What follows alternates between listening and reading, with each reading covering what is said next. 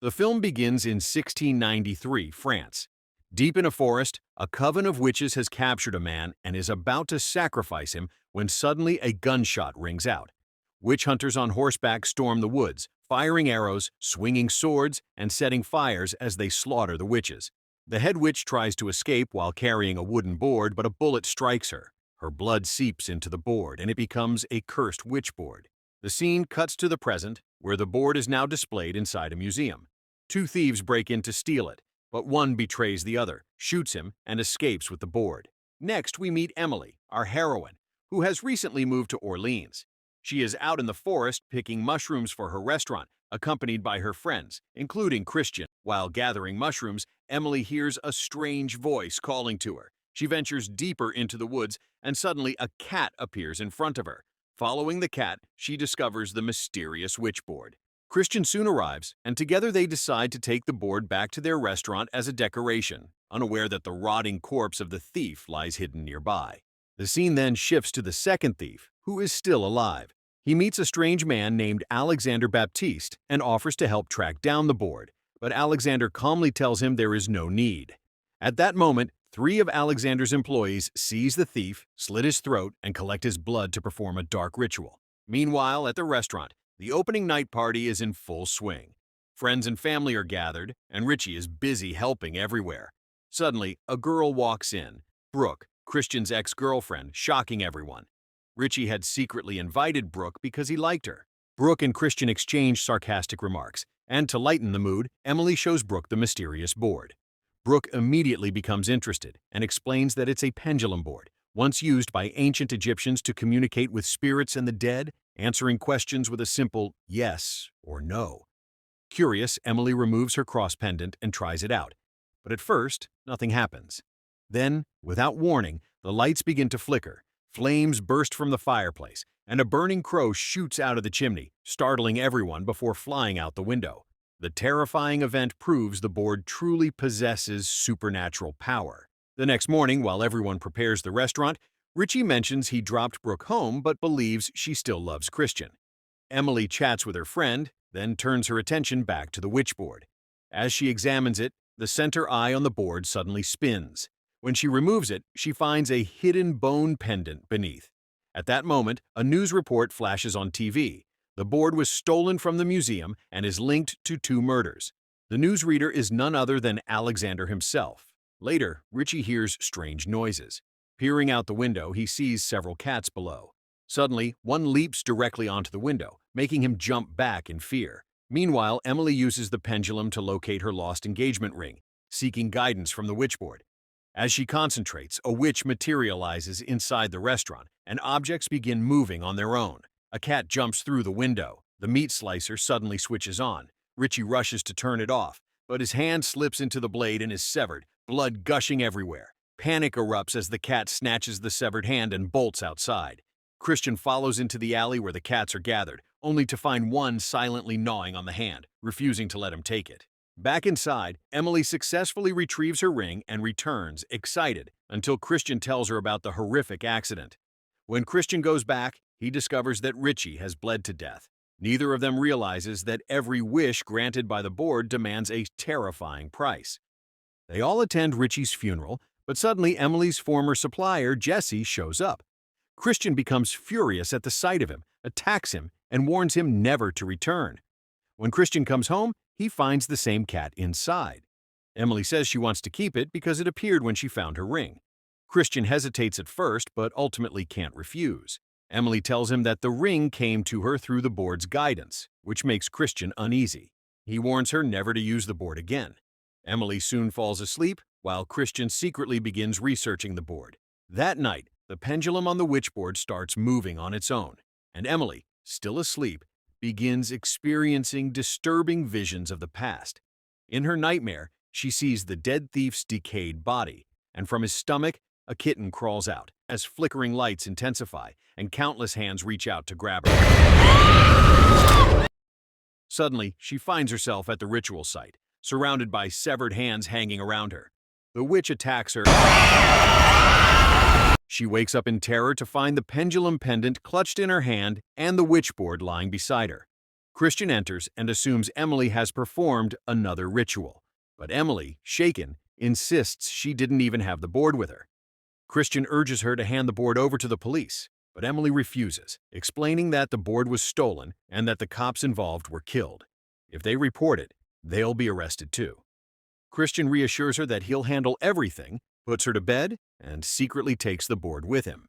The next day, Christian meets Brooke and confides that Emily is becoming dangerously obsessed with the board. Brooke suggests they consult an expert she knows. Neither of them realizes that one of Alexander's employees is eavesdropping on their conversation. Meanwhile, at home, the pendulum moves again as Emily showers. Suddenly, the bathroom door locks by itself. She senses a presence 3 times before scalding hot water pours over her, burning her skin. The bathtub fills with blood, and 2 ghostly hands rise from the water, pulling her under. Beneath the surface, a woman appears and calls out to her, triggering another vision. Emily sees a woman named Naga, once a healer who practiced Ayurveda and helped villagers. One day, a bishop arrived with his soldiers, accused her of witchcraft, and tried to assault her. Naga bit him in defense. Enraged, they killed her, banished her from the village, and hurled stones at her. But as lightning cracked the sky, Naga cursed them, vowing to return as a witch to seek revenge. Emily snaps back to reality and is shocked to find that the burn marks on her skin have completely disappeared. Brooke takes Christian to a secluded house, which turns out to belong to Alexander. There, they learn that he leads a cult devoted to performing dark rituals. Alexander assumes Brooke and Christian are a couple, which Christian quickly denies. But when Alexander touches him, Christian is suddenly drawn into a vision of himself with Brooke. Meanwhile, Jesse tries to contact Emily again, but she ignores his calls. Back at Alexander's house, Brooke sketches the witchboard. Seeing it, Alexander explains that this is the very object responsible for destroying an entire village in France. He reveals that Naga formed her own coven and used a deadly spell that drove the villagers to slaughter one another. Then reveals a shocking truth. The bishop who killed Naga was his own grandfather. When Christian returns home, Emily begins behaving in a strangely seductive manner. At the same time, Jesse targets a young girl during one of his private gatherings. Suddenly, the pendulum on the witchboard begins to move on its own, and the cat appears again. Christian senses an eerie presence, while Emily slowly starts to transform into Naga. As Jesse attempts to inject the girl with something, the cat leaps at him and gouges out his eyes, killing him instantly. The moment the church bells ring, Emily snaps back to normal, terrified and confused, insisting she doesn't understand what just happened. Christian comforts her. The next morning, Christian invites Brooke and Alexander to their home. Alexander smiles when he sees the cat. He tells Emily that although she has accidentally unleashed everything, it can still be stopped, but only if they act now. He demands that all electronics be turned off before beginning the ritual. As the pendulum spins and Alexander starts chanting a countdown, Emily slowly drifts into deep sleep. 1. Emily once again slips into a flashback, witnessing Naga's final moments. The bishop had captured Naga and forced her to use the pendulum, revealing a horrifying truth. The pendulum was actually made from Naga's severed finger. As Alexander continues the ritual in the present, Naga simultaneously performs her own dark rite. Suddenly, Emily's cross pendant flies from her neck and embeds itself into the wall. Inside the flashback, both Emily and Naga scream as their worlds collide, and then both collapse unconscious. Alexander calmly counts, awakening Emily. But when she opens her eyes, she speaks fluent French and acts like a completely different person. She hands the witchboard to Alexander and invites him to the restaurant's opening banquet. Christian is left stunned, unable to understand what has just happened. Back in the prison of Emily's vision, it becomes clear that Emily's soul has awakened inside Naga's body, while the Emily standing beside Christian is now merely a vessel for Naga, a possession orchestrated by Alexander. Terrified, the real Emily pleads for her life, but the villagers call her a witch and prepare to burn her. A woman nearby whispers that the witch has already taken her revenge. She has traded bodies with Emily. Meanwhile, Naga, now fully inhabiting Emily's body, wanders the forest, gathering red mushrooms sprouting from the corpse of the long-dead thief. She prepares them for the restaurant's grand opening. That night, critics and guests fill the restaurant. Emily, dressed in a bold, striking outfit, welcomes everyone. Alexander arrives and sits with Brooke. Plates of mushroom dishes are served. At first, Emily hesitates, But Alexander quietly reminds her that these are the very kind of people who once caused her suffering. Naga's dark will takes over, and Emily confidently serves the food. Moments after eating, guests begin to act strangely, first laughing uncontrollably. Knives are suddenly distributed across every table. Emily personally serves a critic a plate containing a human hand, causing him to scream in horror. A chef who tasted the dish also succumbs to hallucinations and attacks Christian. Chaos erupts as the dining hall turns into a blood-soaked battlefield, with guests brutally killing one another. In the center of it all, Emily, now fully Naga, begins ritual chanting, and the carnage intensifies with every word. A man lunges at Brooke, but Alexander swiftly kills him. Christian desperately tries to save Emily, but she leaves with Alexander. Moments later, the police arrive and attempt to arrest Christian, but he manages to escape.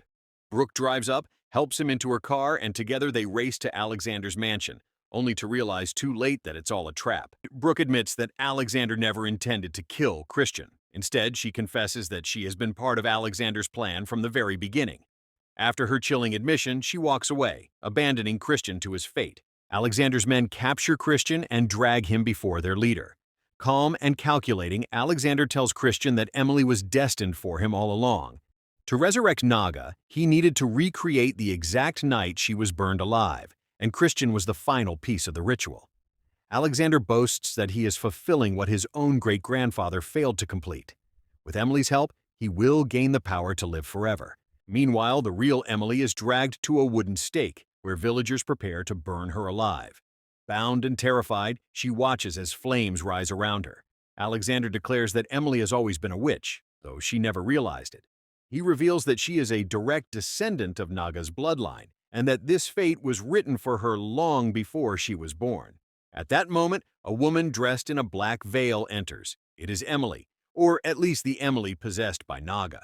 Alexander sets a cruel wager. If Emily can correctly recognize Christian, he will release them both. If she fails, she will belong to him forever.